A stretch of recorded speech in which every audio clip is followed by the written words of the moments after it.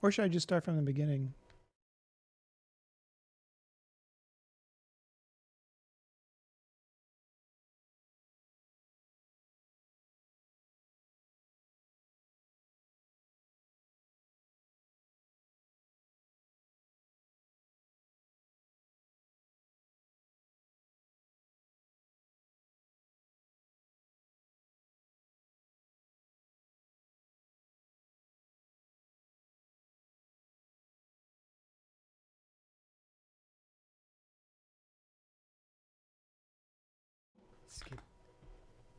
What's up again to all of our sidekicks and henchfolks out there in the Geek Nation? We had some technical difficulties, but we're back, baby! Welcome to the Shared Psychosis CultPop podcast, episode 96. Did you know we're one of the longest running comic book and pop culture podcasts? Did you know that? I didn't even know that, and it's my show, where we talk about movies and sequels and remakes and TVs and comics and all the other things that scratch your sweet nerdy itches. We're coming to you live from Young Junk HQ, a bomb-ass podcast production space in Philadelphia. I'm your host, JD. With me this week are...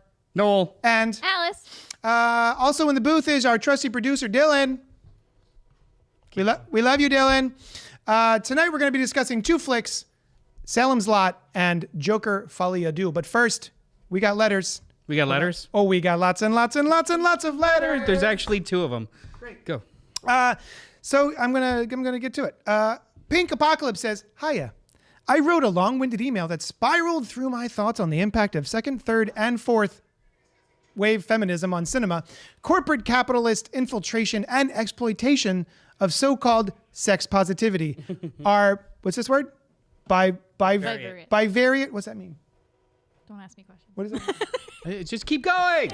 Cultural responses. My personal definitions of different sub-horror genres: scientific, atomic, slasher, body, phantasmagoria, torture, foreign, supernatural, etc. And my responses to them through a reflective, personal, and academic lens. Then, like half the emails I write, I deleted it. Too long, viewers wouldn't care. It felt good organizing my thoughts on it before I flushed it, though. I say that every time I flush one. We care. Undelete it and send it. Yeah, undelete it. Yeah, Go yeah. back into your deleted folder and send it, because we're legitimately interested Yeah. in at least reading it Yeah, to ourselves. even if I don't have anything to contribute, I want to read that. So I want to nitpick about the sub horror genres and then how they cross this is all I have. pollinate each other, and well, this is actually scientific, but it's got a slasher in it. So what is it classified as? Blah blah blah. Yeah, I love that. Yeah. Send that email. We actually want it. So I'll ask a simple question, she continues. Terrifier series, like or dislike? Heavens no. Hell yes. Purgatory maybe? Perhaps, as the meme goes. The third one is out, and it's quite the divisive buzz again. Curious about thoughts from the four of you. Take care. Pink. All right, you start. I Terrifier. haven't seen any of them. Great.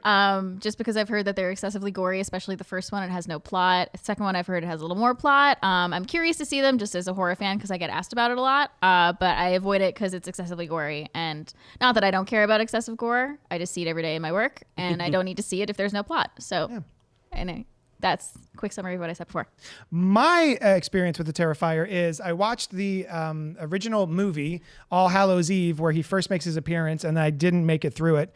And then Noel told me the whole plot of the second one, I think, at the shop. And I was like, you know what? I'm going to watch it.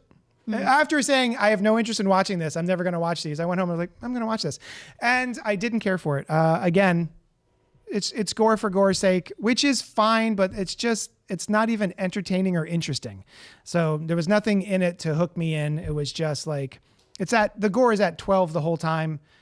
So it just wasn't for me. And also the gore was not good in the first one. In the first one, the second one's a lot better. I'm fascinated with these movies. I'm fascinated by them more than I enjoy them.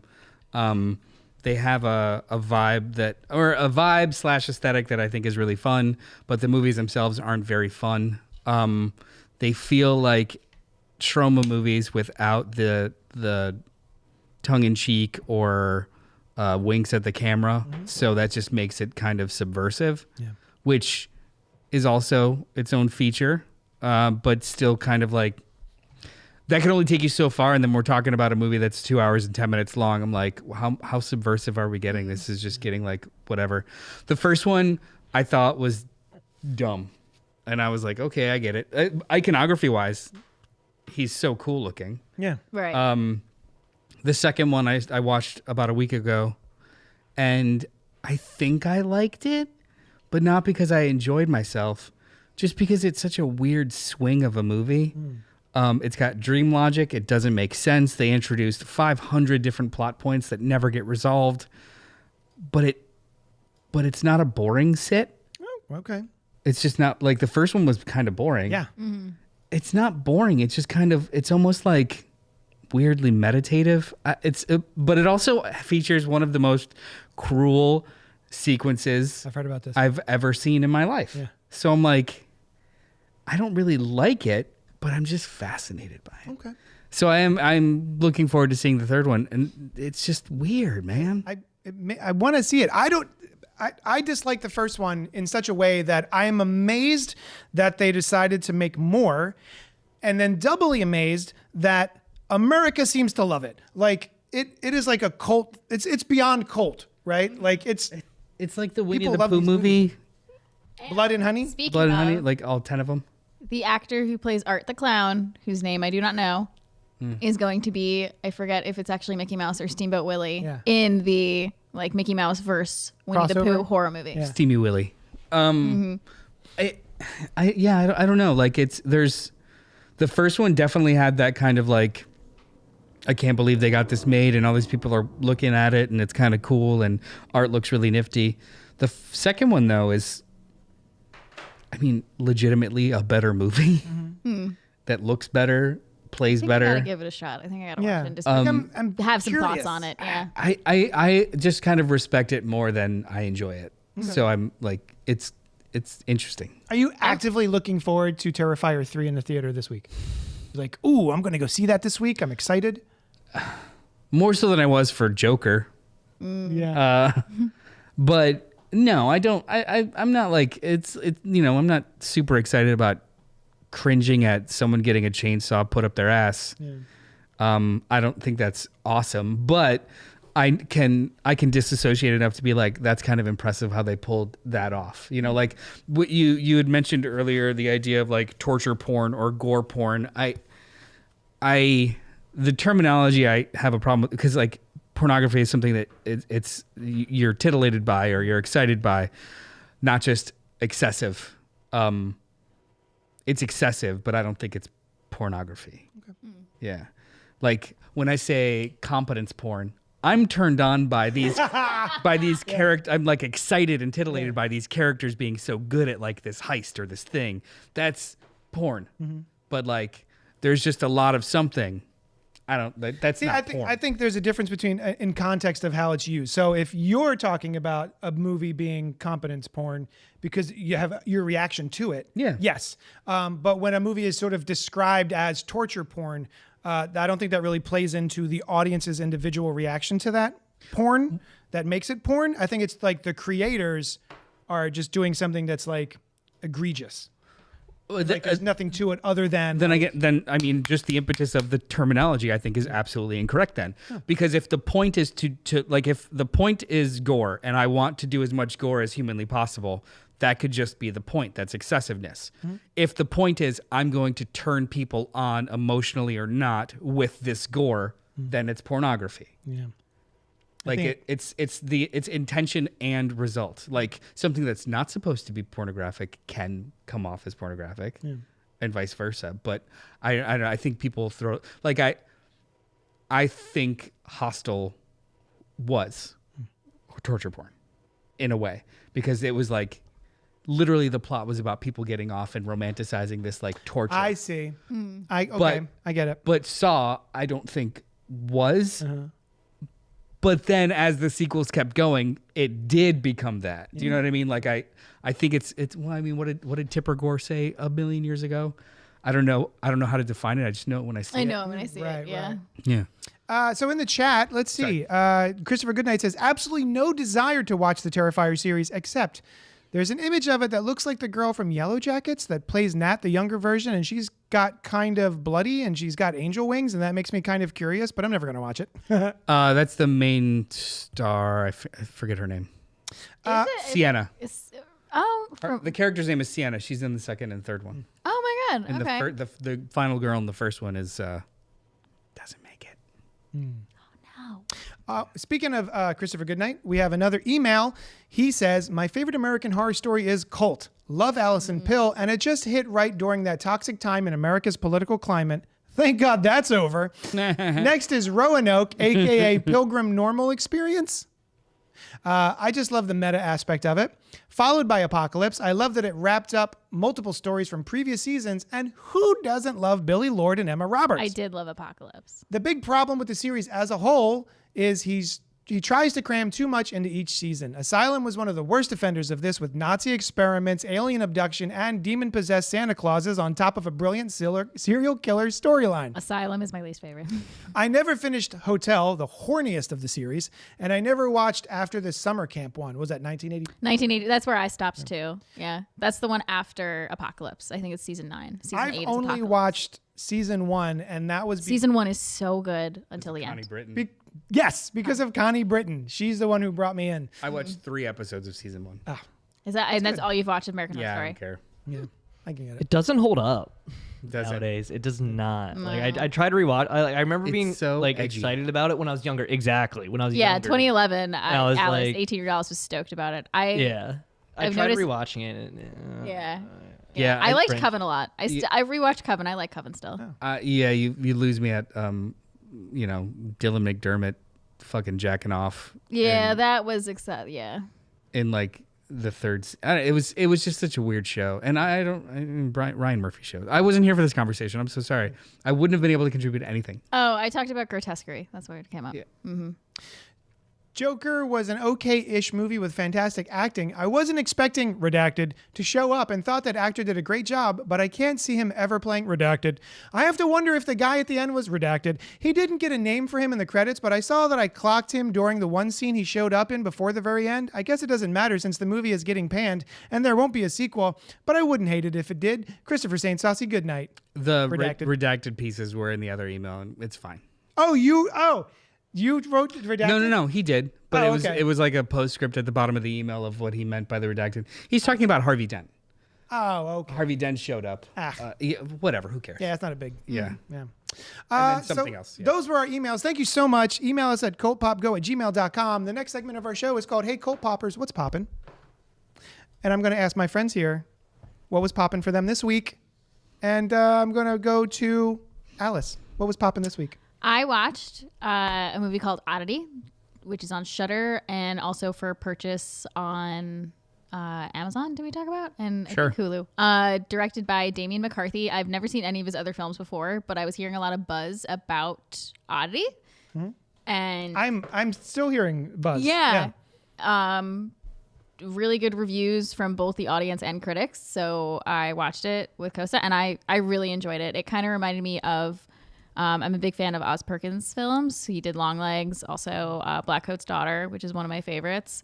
That is good. And it kind of reminded Slow me. burn. That's Good. what it reminded me of. Like it's not exactly like it, but just like the sense of just impending dread, and you're like, oh my god, what's happening? Like it's really good. I highly recommend. A psychic medium attempts to uncover the truth behind her sister's murder at the site of the crime. I don't really know much about this movie, and I'm definitely going to check it out. Hey, Noel, real quick, what was popping for you this week? I jumped back into American Vampire, the comic book series by Scott Snyder and Raphael Albuquerque, with one arc co-written by Stephen King. It's an amazing.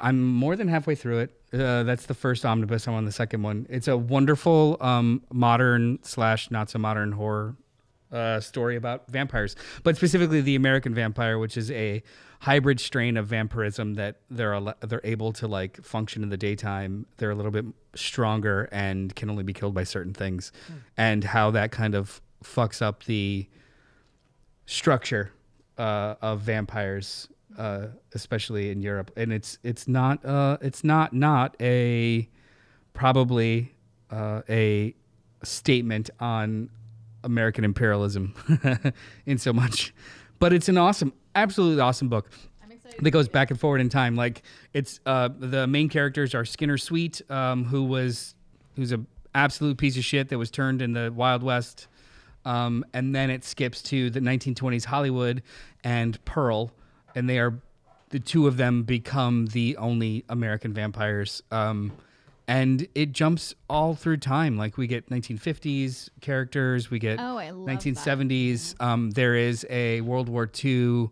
Nazi vampire arc. Like it's really, really fun. It's a really, really fun book. And they just released it in a compact comic. Yeah, so you can that's get the where I first bought it. 11 issues for $10. It's Yeah. totally great. Yeah, I'm excited to read it. I don't know if you knew this about me. I love vampire shit, so I'm super excited. These guys don't sparkle, I don't think. I don't just like sparkly vampires. I was into vampires before Twilight. It is just a really, really great Got book. A good horror. read. Little vampire, guys. Oh, I'm sorry, the littlest. Richard E. Grant Vampire or didn't something sparkle. bullshit. JD, Neither what's been did popping for you? Lestat or Louis. I'll tell you what was popping for me. Sushan and I went and saw a movie last night called Whitebird. Struggling to fit into a new school after being expelled for his retreatment of Augie Pullman, Julian is visited by his grandmother and is transformed by the story of her attempts to escape Nazi-occupied France during World War II. This was... I have a soft spot for, and this is gonna sound so weird, World War II Nazi shit. Like watching movies of Nazis get what's coming to them. I kind of love that. And watching the human spirit have to overcome the awfulness of World War II and all that sort of stuff. Like it just hits me in a certain way. And so we had a couple of options, and Whitebird came up. We saw the trailer while, on my iPhone in the car. And I was like, this looks great. Let's check this out. And so we did. It's got Gillian Anderson and, what's her name? Helen Mirren. Helen Mirren. Thank you so much. And I will say there are two elements to this movie. There is the current stuff where Helen Mirren is in her 80s. She's telling the story to her grandson. And then there's the stuff that, the flashbacks, which you spend most of the movie in. The flashback stuff is awesome. Everybody in it is great. The acting is wonderful. The story is compelling. Highly recommend that. Anytime that they shift back to now, it feels like an after-school special or a Lifetime movie. It's just so overwritten and so on the nose, and it's trying too hard to be hopeful. And here's the lesson that we're teaching you by telling you this story. And I'm like, all right, guys, you could have just given me the middle bit. The middle bitch. That's a town, right? I was actively avoiding this movie, and I'll tell you why. I think I know. Go ahead. It's that part. Oh, okay. It's wonder, like it's in the shared universe of the movie Wonder, which is a feel good Christian adjacent don't bully people movie from a couple years ago that I just don't care. Like, I'm not 12, I don't need that lesson. I'm fine. And this entire movie is constructed like a side sequel where the bully from that movie is the kid from this one. And it's like bookended with he's learning a lesson about bullies via Nazi story. Yeah. So I'm like, just make the 1940s movie. That is not I don't clear in the care about- movie. All she says is like, "Oh, you didn't leave your school. You got kicked out for He was bullying." the bully. He was the bad guy I had no idea. in the other movie. Oh, okay. I was like, even reading this synopsis, I'm like, Augie Pullman. Who the hell's that guy? Look at the indicia on the bottom of the title from the best-selling author of Wonder. It's funny. Yeah. We were watching the trailers before this movie, and all of them had the very same vibe. And I forget what the name of the production company is, but it's got like a keyhole and it's like golden. And I was like, I have a feeling that this is some sort of religious Christian kind of thing. Yeah. Which made me a little nervous. But yeah. I'm glad the parts that are supposed to work worked. Also, Mark Forster is a wonderful director. And if this is how he's getting work now, good for him. What did he do? Finding Neverland, something else. I could look him up real quick, but okay. Like he is pretty good dude. Oh yeah, World War Z, A Man Called Otto, Quantum of Solace, Monsters Ball. Like he's done a lot of movies. Stranger Than Fiction, which was one of my favorites. Yeah, he's done a lot. I love of Stranger great, Than Fiction. He's done a lot of great Will Ferrell, stuff, but then like and the Christopher Robin movie with Ewan McGregor, and then like his list of movies don't look like any of them belong with each other. Right. Mm-hmm. Yeah, they're all very disparate. Yeah. But anyway, so that was popping for us. Yeah. Go ahead. No, that's it. Okay. So we're running behind time because of our technical difficulties. So we're gonna get through Salem's Lot, the 2024 remake. Is it a remake if it's just another adaptation of a novel? Is that considered a remake? Okay. I think yes, if the movie just basically follows the same beats as the original movie, but if it is different in the same way that the book is. So like when people make adaptations, usually they'll do different things. Right. So like if the first adaptation is different than the book, but this movie is closer to the book, I would say it's an adaptation. Yeah. If it is basically just a remake of the movie, it's a remake. Yeah, I agree. 100%. Pinks But in the chat. I didn't see either. Jesus, time flies. I think JD and the old crew on Ain't It Cool News covered American Vampire like 20 years ago. Robert Monroe shows up. Hey, what's up, Cold Poppers? Did you see The Substance? Not yet. No! I would have much rather watched that than Joker. Saw it last Saturday. A few people couldn't handle it and walked out. Wow. Someone actually brought a kid that looked to be around 10 years old. Oh, that's. I think on Twitter, I think it was Scott Derrickson, the director of Sinister and all kinds of stuff, he said that it was one of his favorites, and he's still scraping the thought of it off of his brain. Wow. Ooh, I was like, that sounds cool. I want to see nice. it. All right, so Salem's Lot. Anyway, an author returns to his hometown of Jerusalem's Lot in search of inspiration for his next book, only to discover that the townspeople are being attacked by a bloodthirsty vampire. Who amongst us hasn't had that happen? It's a tale as old as time. Everyone in this movie is not super surprised either. Oh, that's what I love about it. That's one Yeah, of the things. like, Oh, guys, it's totally a vampire, right? Yeah. This vamps, right? Yeah. Directed by Gary Dauberman. Yeah. Written by Stephen King and Gary Dauberman. And it stars Mackenzie Lee, Jordan Preston Carter, and Lewis Pullman. And Alfred Woodard. Okay. Start us off. What did you think? Oh, well, I've never seen the original movie or read the books. Okay. So I only vaguely knew it was a vampire movie, and I'm familiar. My experience with this entire story is the scene from the original 1979 version of the little boy in the window is everyone picks as like the top 10 Classic. scariest scenes of all time. So I was aware of it, but whatever. Yeah. And so I just watched this cold. This is a weird movie. It is. Yeah. So ultimately I liked it. Same. It is like if Mike Flanagan made a Hammer horror movie. It is a stupid fucking movie. Yes.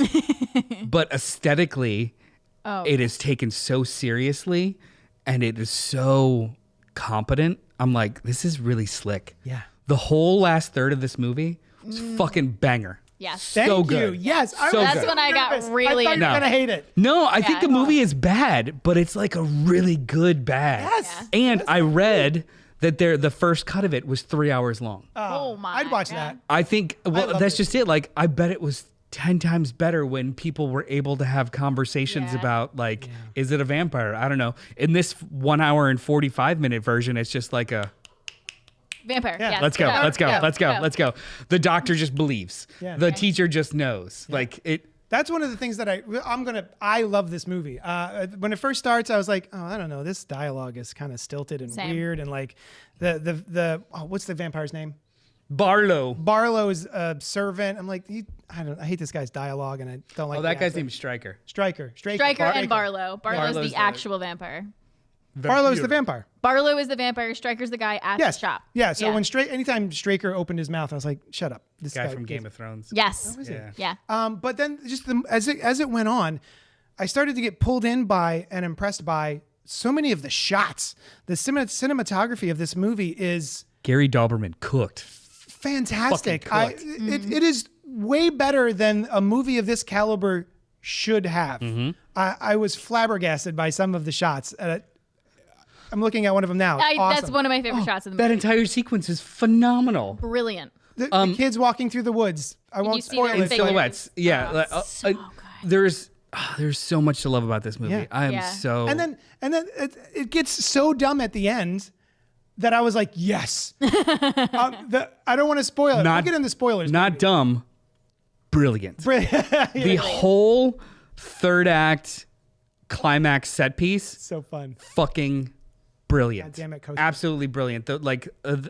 So a good director does the foreshadow bit, but also just like completely sets the stage, and you have this graveyard of coffins, Yeah. and you know exactly where the sun is, you know exactly what's happening here, you know exactly what happens when something like a creak sound, like you are fully aware of everything. And then on top of that, they give you a fucking smack of a smash cut with the doctor, and I'm like, Oh, dude, so good. this movie So good. I just forgot absolute about that. banger. Yeah. Absolute I- banger. I rewound that just to watch Yeah. it again. I was like, that was gnarly.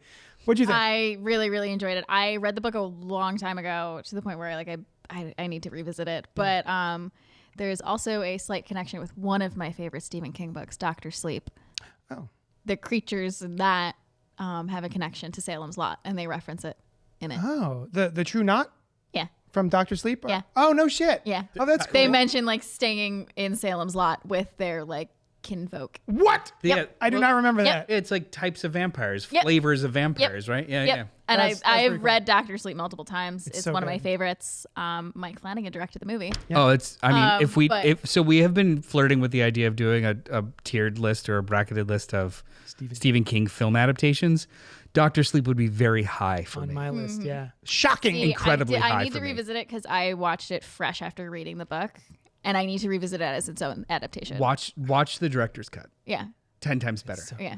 It's It's a mini series. It's so Yeah. good. Oh, Anyway, sorry. okay. Salem's Yeah. Lot. I really enjoyed this movie. I lost me a little bit in the beginning with the dialogue too. Right. I was like, this feels like a Hallmark movie, cheesy-ish, and then the But first shot of oh my god, horror. Even the stuff. Hallmark parts though were charming as fuck. Like Yeah. the idea of the Ben character and then Susie flirting with him, like, I'm going to the drive-in You tonight. said that on the Like, way. on the it walk was, here. It was so sweet Yeah. and so nice. Yeah. And then, it also became sad later. So like this was cool. I liked Yeah. when she was reading his book and didn't realize Yeah. that it was him on the back. Like, you look familiar. Oh, how do you like the book? I'm not gonna finish it. And he's like, oh, This Yeah. was good trash. yeah.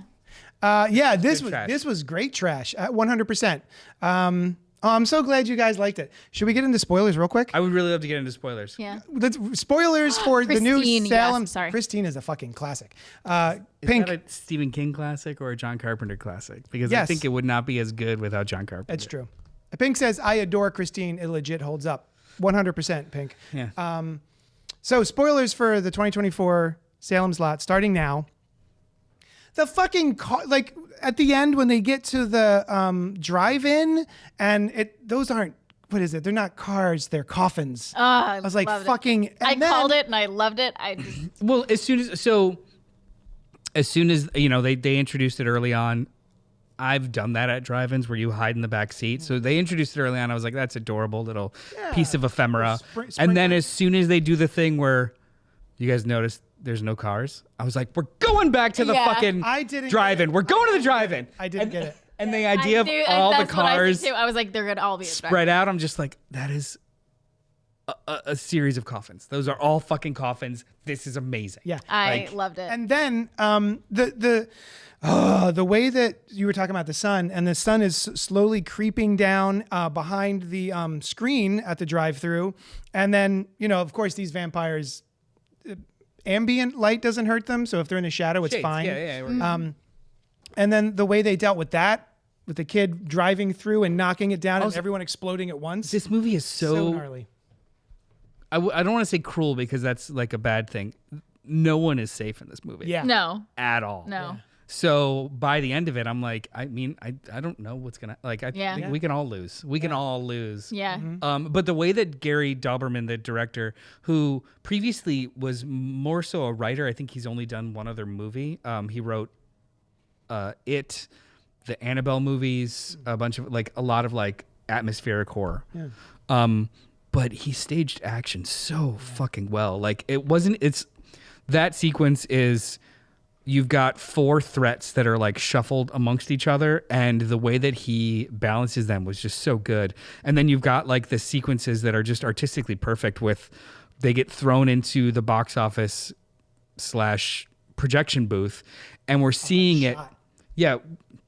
we're seeing it from above, but then we're also seeing it through the window. It's like we get one amazing reveal through blind shades in the middle of another action sequence. And I'm like, this is just like dope on top of dope on top of dope. Yeah. Like Yeah. the whole movie was worth the last 30 minutes. Yeah. It was awesome. Oh, and the sequence where he's running back to the church, gets scooped up, Yeah. and then they both fall. I'm like, Yeah, this and is so fucking cool. Yeah. Yeah, it was There was so good. so much creativity in this direct to max movie. Mm-hmm. It's 10 times better than And Joker. you know, and what's his name? Barlow is on top of the movie screen that has fallen, and he's punching through the movie screen to get to the dude underneath, like Yep. using the environment Absolute Yeah. banger. in such a way. It was so So cool. good. I loved the shot. We just talked about it briefly. There's two brothers walking through the woods alone, and it's just their like figures, their silhouettes, and they're talking like, "Yeah, we were trying to avoid the creepy guy on the road," and then like suddenly the creepy guy on the road pops up, and he just scoops up the little baby brother, and then. Oh, Yeah. where's my brother? And oh my God, it was so well shot. And the scene when, oh my God, when the other brother turns into, he's dead, turns into a vampire. But we don't know that yet, but we kind of do. They had his funeral. The gravedigger fell asleep, Oh, wakes up, and it's nighttime, and he has to bury his grave, and he hears him and like pounding in there, and he opens the casket, and it's just the dead boy, and they're like, oh, okay, oh my God, I'm hearing things. But then like he turns around and you see like the little peek up. Yeah. Oh my God. And then Yeah. it was so good. I loved that This scene. is a fun ass movie. Yeah. I'm so glad I watched And then he gets it. attacked and becomes a vampire. It was It's also it doesn't hold punches. Like the entire town of Jerusalem's lot's gone, yeah. Yeah. Yeah. and just the outsiders made it. That's it. Yep. I'm like, Man, this that's is true. wild. I didn't even catch that. Yeah, Absolutely it's- She even says that I think Susie's mom, who isn't a vampire but becomes Barlow's new familiar Yeah. because I hate that Stryker, lady. Yeah. because Stryker dies, they kill him, or the boy kills him, right? The boy like beats him to death. yeah. Oh, that- that's right. Because That kid? he knew how to get out of he does magic, so he Yeah. knew how to get out of the ties, and he just beat that guy to death. It was amazing. That Yeah. kid's awesome. Yeah. Oh, and speaking of the shots, there's so many good transitions, just like from scene to scene. What was it? Someone's opening. At the funeral for the little boy, the peanut butter priest sandwich. opens the Bible, and then you see it cuts to the gravedigger behind Eating a a peanut tree butter and eating his jelly or peanut butter something? sandwich. He like opens it. That's not the best one. The best one is the first one, actually. The idea of it focuses in on a business card with a spiral on it, and then it becomes the staircase. And that was like 10 minutes into the movie. I was just like, this movie's so extra. Yeah. yeah. Okay. I love it. That's fine. Yeah. In the chat, I can't read the name because it's in purple. Heather Lynn says, hiya, what's this all about? Well, we're talking about Salem's Lot, the remake or the new adaptation in 2024. And we thought it was delightful. You should watch it. Radaptation. Ooh, nice. Radaptation. Love that. You're welcome. Put it on a shirt.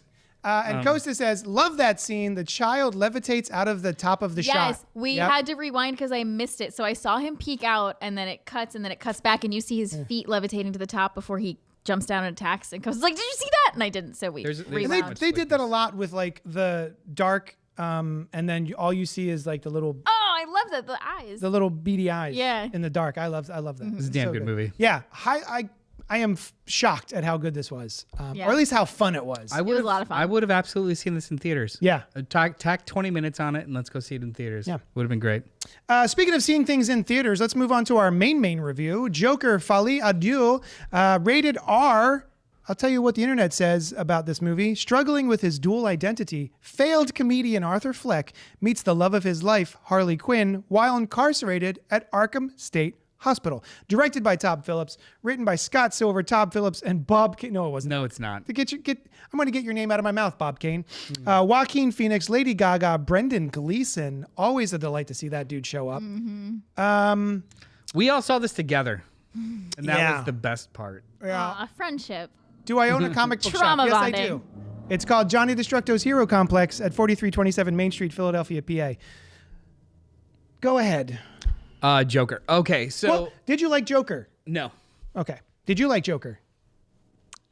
No, it was wishy-washy. It wasn't my cup of tea, but I understood why people liked it. Okay. I got the hype, but it wasn't kinda mine. hated it. Yeah. I didn't hate it. It wasn't for me though. yeah, as time went by, like at first I was just like, I don't understand the point of this, because like if it's leveraging recognizable IP in order to have a conversation about something else, does it poorly.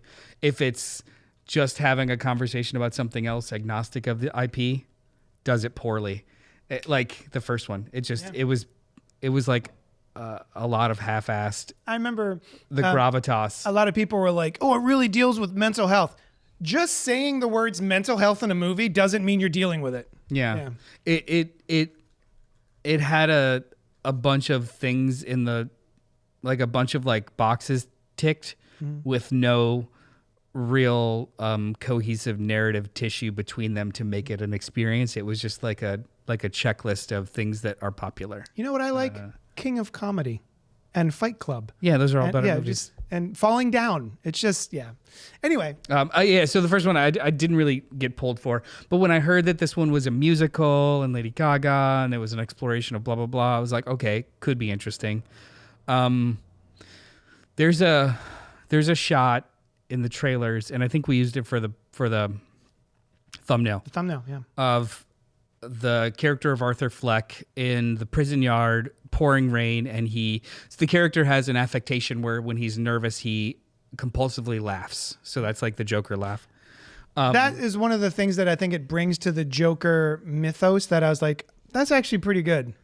But only for this version of it who is thrusted into it as opposed to wants to be it. But either way, there's the shot of him in the rain, like nervously laughing, and it's sad. It evokes awfulness. In the context of the movie, that scene is a smash cut away from a court scene and then something else afterwards. I think just like other characters eating a meal. There's no point to it. There's no point to that scene. Hey, it's a cool shot though. Exactly. And I think that's this whole movie in a nutshell. It's this aesthetic of gravitas and important and look how artistic we are with absolutely no soul or meat to it. Yeah. It explores nothing, and it doesn't even feel like empty calories. It feels like somebody blew in my face because they ate a meal and I get to smell it. It was bad. I didn't like it. It's a burp. It was a burp, yeah. I did feel like I smelled like cigarettes after this movie. She's Everyone definitely was home. smoking. Yeah, it's so Everyone much was smoke in But this see, movie. every option, like every opportunity somebody That had a cigarette also in their to me comes off as it's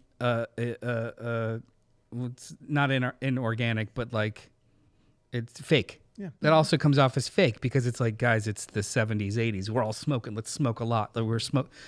It's like just putting cigarettes in a scene doesn't mean I'm Scorsese. Yeah. And that's why this sucks so much. Like it Smoking isn't cool, guys. but that's just it. Like Todd Phillips seems like the kind of creator or writer or storyteller that's just like is more concerned with aesthetics than what they actually represent or how to piece them together. Like it's just all mimicry, but without. It sucked. I didn't like it at all. It's Invasion of the Body Snatchers, but a movie. It looks like something, but there's nothing there. What did you think, Alice? Wasn't a huge fan. One of the reasons the Joker wasn't my cup of tea is because I was physically uncomfortable the entire time, which like kind of is what they're trying to make you feel. Yeah. So I was like, all right, I get that. I don't want to revisit it, but I respect that they made me feel that way. Like that's what the feeling they were trying to evoke. This didn't give me that. So I was like, okay, I'm not uncomfortable watching this. There were certain parts where I was, but it wasn't the whole time. Yeah. Joker, the entire time I was uncomfortable. Oh, okay. This time I was like, okay, I don't love this, but I was expecting to be squirming in my seat the entire time. I'm not. All right. It's Give okay. you the icks. There was a sense of danger in the first one too, though, because you're not exactly sure how far this person will go or why they're going that far or whatever. This is just like it goes on too long. Yeah. Like this didn't need to happen. Yeah, I took some notes. Some of mine, it doesn't do anything well. Any of the things it's trying to do, it does not do well. Make a musical? Terrible. Courtroom drama? I love a good courtroom drama. Not good. Villain origin story? No. Commentary on mental health? No. I think the acting was awesome. I think everybody. I don't think there's a weak link in the bunch. Everyone brought their good game. The guy that played Harvey Dent was terrible. Yeah. He wasn't. I mean, it doesn't feel like Harvey Dent at all. Well, he was just. Neither does this feel like the Joker. He was just slimy. Yeah. Like he had absolutely no. Like his entire character was just, like posing with his arm on his hip and being smarmy. There was absolutely. He wasn't even menacing. In like a, we're really afraid of what Harvey Dent can do in order to get the death penalty. Like he was like a shitty lawyer too. Guy. Like it was dumb. I wasn't a big fan of Harvey Dent, but I thought it was just because I don't know. Because I'm biased with Batman villains. That seems like the whole point of this movie, though, is just like, what's a lawyer in lore? Harvey Dent. Let's make it Harvey Dent. Like, what's this? Like, it's just so right slapdashy. I didn't love this portrayal of Harley Quinn either, but I thought she was good. I thought she did a good job. I didn't like the way it was. It was the writing. It was Gaga did fine with what she was given, but I forget what I was gonna say, but it's I'm sorry. 2 pounds of story in a 20-pound bag. It's just this is a half-hour story, and they made it over 2 hours. If they were going to lean into the musical aspects of it, and they wrote songs, I may have respected that a little bit more. But I feel like we're just going to grab songs that somewhere in the lyrics has smiling or the word Joker or put on a happy face. Like it's just the dumbest choices that have nothing to do with the scene that it's in. This isn't a musical. It's not a musical. A musical genre across the board is intended to act as either an impetus for characters' choices and or a way to talk about something without talking about it. So an action movie is, like the tension becomes so great that you come to blows or something explodes. But with a musical, its story is driven through song because they can't express themselves in other ways. This is just them breathy talk singing at each other. And also too, with musicals, there's often rules that are established visually, whether it's diegetic or non-diegetic. Diegetic meaning that everyone in the scene can hear the music. We are a part of the music, whereas non-diegetic is only the audience can hear it. So for musicals, often they will kind of choose what paradigm they want to use, whether it's like everyone in the movie bursts into song and we're all a part of a musical. That's diegetic. There's no weird fantastical element to it. For non-diegetic, it's often like a character goes into their head and a musical number happens. The movie Chicago did that. Yep. This does neither and both poorly. Yeah. There are times when he's breathy singing to himself in a normal room and people are watching him, and then it's revealed that he's actually still just standing there. But then there's scenes when all of them are kind of like poorly singing at each other. And then there's scenes where it's full on in his head and a musical number kind of breaks out and there's really only like one scene in this entire movie that's an actual musical. And that's in the courtroom when he picks her up and she starts dancing on the table and he kills the judge and stuff. That's the only bit of this entire movie that's follows the rules of the genre. Everything else is just half-assed and poorly done. So like you literally can take out all of the times that people put words to song and it is still the same exact movie. I shouldn't be able to do that with a musical at all. Yeah. It's integral to the movie. It's not here. Yeah, very frustrating. I thought the cinematography was fine. Nothing like the Salem's Lot. This is the Joker is a $200 million movie. I don't know how much Salem's Lot cost. It wasn't $200 million. Let me check it out. And Definitely there's not. more thought and creativity in the Salem's Lot straight to streaming movie than anything that happens in the second Joker film. So yeah. And I don't like dream sequences in a movie or in a show or anything. If it's a dream sequence, I don't care. And most of the musical numbers in this are just dream sequences. So like half of this movie is dream sequences of like, oh, none of this is actually happening. He's just thinking about it. Which is very frustrating. I do want to say something positive about this movie. I was impressed. I went home that night and Sushan asked me about it. And I kind of gave her the beats. And giving her the beats, I was like, there's some pretty cool stuff in here. One of the reasons I did not like Joker 1 is because we have shootings weekly, daily, right, in the States. And a lot of that is from incels who are just mostly sad white dudes who like don't have sex and they think that society's mean to them. And so they get a gun. It's society's fault, not their own. Yeah. Yeah. And so I felt like the Joker, the original movie, was kind of just doing more of that. I'm like, I don't need to see this. Like, this is not interesting to me at all. And I really like the turn this takes when we get into spoilers. I really like the turn that this takes at the end, is what I'll say. Oh, I like the idea of it, but I fucking hate the execution altogether. Should we get into spoilers? Sure. I have So, a text spoilers from for someone that Joker agrees with Folie Deux starting now. So yeah, at the end, I was surprised. He gets, he takes his microphone, he gets his bench. It looks like he's going to do a comedy routine. I thought that was kind of funny Yeah. when he did that. I was like, oh, okay, that's funny. Yeah. Because he's the Joker. And then Or he's supposed to be. he just has a breakdown and admits that he's just a pathetic piece of shit. Yeah. And I was like, oh, that's cool. And then he dies in a pathetic way. And Like a pathetic person. yeah, and I was like, oh, okay, that's actually kind of cool. I was talking about this with a friend at work. Sorry, I cut you off. No, you didn't at all. And she texted me a theory that she had about that, very similar to what you said. I got her permission to read it. So, Megan, if you're listening, this is your shout out. So she said, this is a Joker theory. The audience being pissed that he doesn't fit up to the Joker standards aligns with the character of Lee and all of the other followers who got mad when he made that big proclamation that he's not the Joker.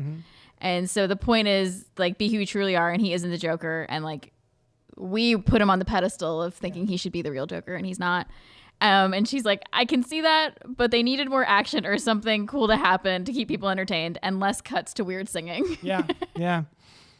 So, I mean, I don't know if I want to give him that much credit of like, Right. The thing that happens to the characters, like the crowd and Harley Quinn and how they reject him because he's not the Joker is supposed to be equal to what I'm making the audience feel. I don't know if he put that much into it. What do you think? I personally don't think Todd Phillips is a mature enough storyteller to have thought that through. Yeah. It's a neat theory, though. I like it. Yeah, I like the theory. Yeah. I was Maybe- like, okay, Thanks for that's a cool sharing. spin on it. Maybe Yeah.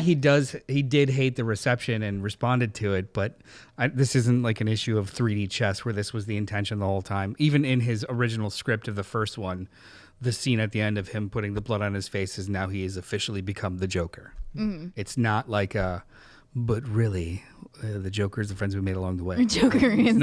It's not that deep, and trying to retroactively make it deeper is, if it makes you feel better. I don't think it's true. Are we in spoilers? Oh, yes. Yeah. I liked that realization of his, and I liked him, running and trying to find her and stuff. It makes Harley the this movie makes Harley the aggressor, the villain. Yeah. She's the villain between the two of them because she's overly obsessed with this TV movie character and has resources and tries to mold him into a terror. She is the bad guy, which I don't know how I feel about. I think it defeats the point of the character of the character of Harley. That's what I didn't like about it. But also, this isn't the Joker, and it's not Harley. Like it goes out of its way to not to resemble any of the IP that could be leveraged.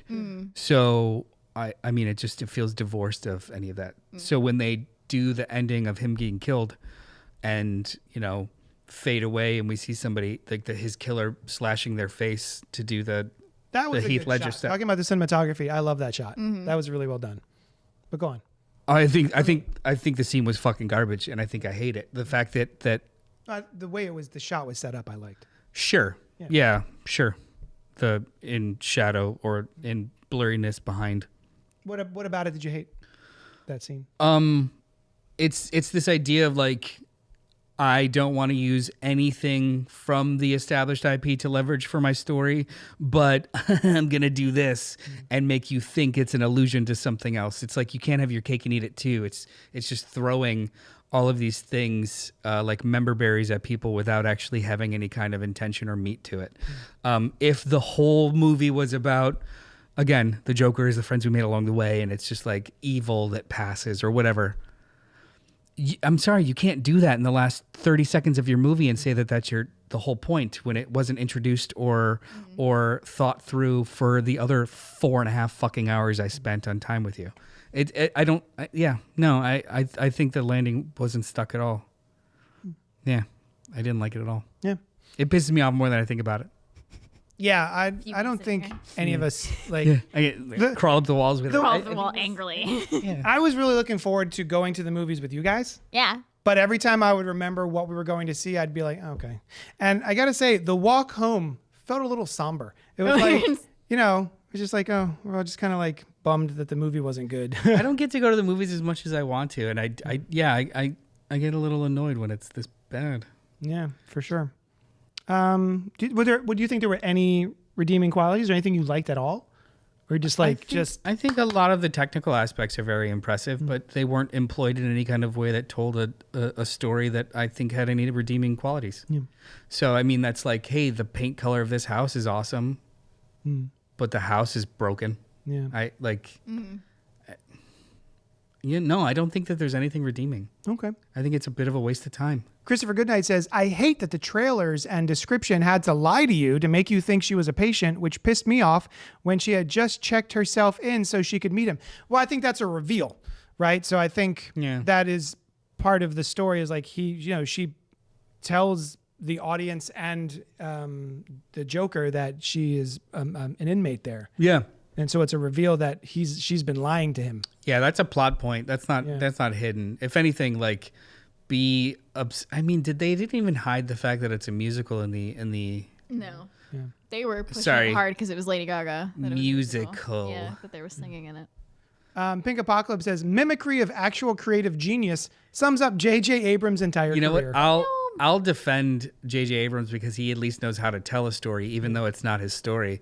Like, I think the Super 8 was a giant ripoff of Steven Spielberg, but was well done ripoff of Steven Spielberg as opposed to just soulless.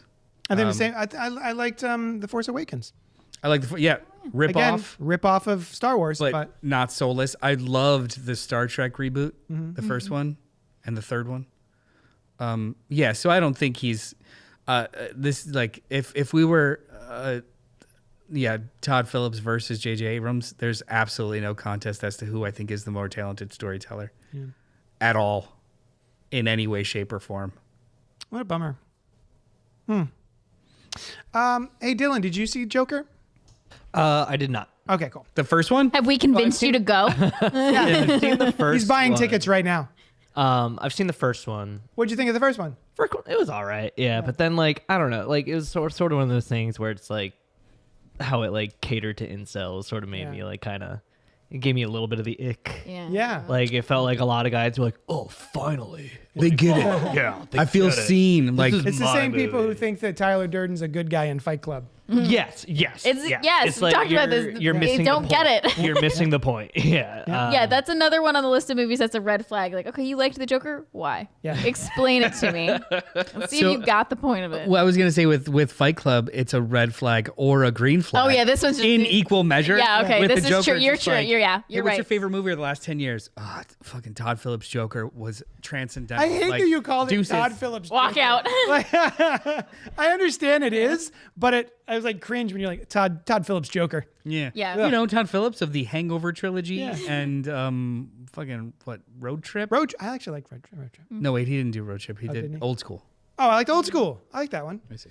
Old School's great. But Old School anyway, is great. Yeah, let us know what you out there thought of Joker Folie au Duel. You can email us at cultpopgo@gmail.com. You can tweet at us at cultpopgo. We're on Instagram, fucking Twitch, TikTok, all that stuff. Fucking Twitch. So just Fucking just Twitch. come hang Just out tweet with us. it We up. love you. Oh, what does Dylan think of Terrifier? Asked Pink. I have not seen Terrifier Pink, but thank you for asking. I know that it is gory. Yes. That's it. Pink, Same as me. Pink, you didn't say if you saw it or not, just if you're interested. You asked us about Terrifier, but what did you think? Did you see them? What did you think? Because of all the things you read in the email, it kind of, it's like the middle of a lot of those. If there was a Venn diagram of all the different types of genres, it could be like in 4 of them. Especially the second one that goes like supernatural, but also not, but also this, but also that. Like the second one is kind of a wild ride. Let me ask you this: at any point, does he do any of these horrible, protracted murders on a dude, or is it just women? Oh, Oh yeah, on a God. dude. Yeah. Oh, okay. Yeah. Is there one? Okay. All right. Yeah. It's the first one just But it's women. Okay. The first one, no, Well, the first one's dudes too. Well, he kills them, Yeah. but not in the same way that he kills the women. I mean, if we want to talk about that as a straight up horror trope in general, Yeah. sure. Yeah. But I don't think it's a concerted effort of.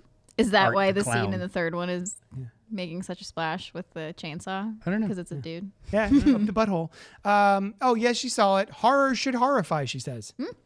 I wasn't horrified by the Terrifier. I was bored. Ugh. The Speak second one No is Evil. The first Speak No Evil horrified me. the second Terrifier movie is such a fucking vibe, and I don't love that phrase. It just kind of is like it's long, but it's never boring, All right. and it also doesn't make sense. But I think I enjoyed watching it, but I didn't like it. What if I watch it and I become the biggest fan? I'm going to come next week and art the clown makeup. I'm just like, all right, guys, I'm ready. You're gonna stand out the door. That's terrifying. Yeah, that's so Terrifying. weird. Thank you so much for hanging out with us, and we'll talk at you later. Do do do do.